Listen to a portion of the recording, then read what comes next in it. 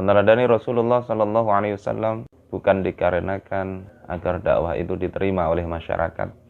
Karena dengan meneladani Rasulullah, kadang justru dakwah ditolak oleh masyarakat. Bahkan Rasulullah Sallallahu Alaihi Wasallam sendiri terusir dari kampung halamannya. Oleh sebab itu, motivasi untuk mencontoh Rasulullah Sallallahu Alaihi Wasallam itu karena ingin dakwah ini diterima bukan oleh masyarakat semata, tapi oleh Allah Subhanahu Wa Taala. Allah Subhanahu Wa Taala mengatakan, "Falyahzaril ladzina yukhalifuna an amrih." Hendaklah berhati-hati orang-orang yang menyelisihi perintah Rasulullah Sallallahu Alaihi Wasallam.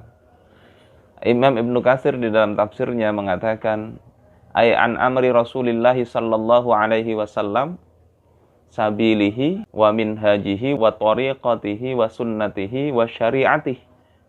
Berhati-hati jangan sampai menyelisihi, yakni jalan yang dilalui oleh beliau, metode kehidupan beliau, atau sunnahnya, dan juga syariahnya.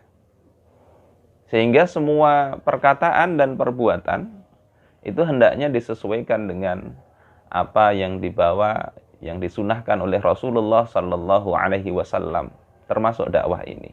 Falyahzar wal yakhsha man khalafa syari'atar Rasul batinan au zahiran. Hendaklah berhati-hati dan takut siapa saja yang menyelisihi syariatnya Rasulullah Sallallahu Alaihi Wasallam, baik secara batin atau secara zahir.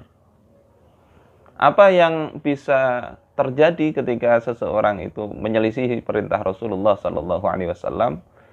Dijelaskan oleh Allah Subhanahu Wa Taala, antusibahum fitnah.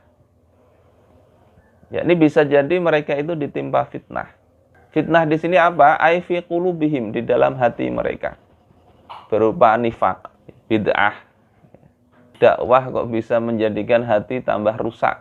Ada sifat kemunafikan, kenapa? Karena bisa jadi logikanya yang lebih bermain, mengabaikan perintah Rasulullah Sallallahu Alaihi Wasallam. Ini hal pertama yang harus kita pahami terkait dengan dakwah Rasulullah Sallallahu Alaihi Wasallam.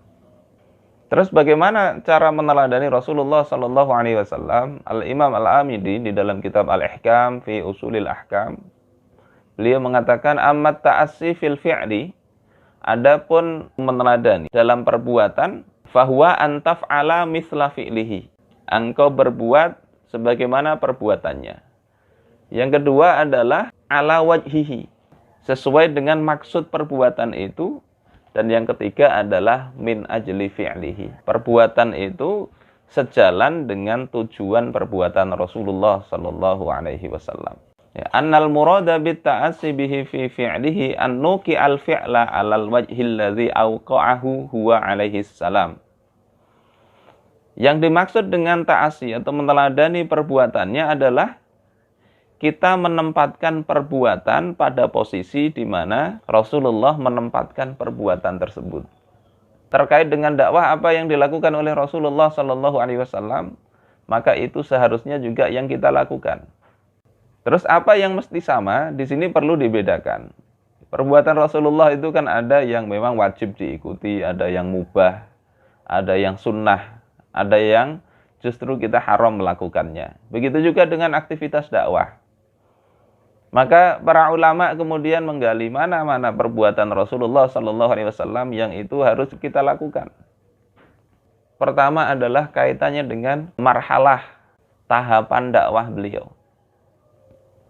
Yang beliau lakukan pertama adalah tahapan beliau membina para sahabat, mendakwahi keluarganya.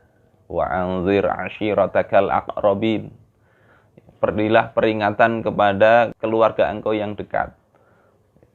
Tidak hanya terbatas keluarga, beliau juga meluaskan dakwahnya ke rekan-rekan beliau. Masuklah Abu Bakar As-Siddiq. Abu Bakar kemudian tidak hanya menerima Islam, tapi beliau kemudian menyebarkan Islam itu ya, ke teman-teman beliau. Sehingga masuklah banyak sahabat Abu Bakar As-Siddiq ke dalam Islam. Kemudian setelah masuk Islam, mereka itu dibina oleh Rasulullah Sallallahu Alaihi Wasallam di rumahnya Arqam.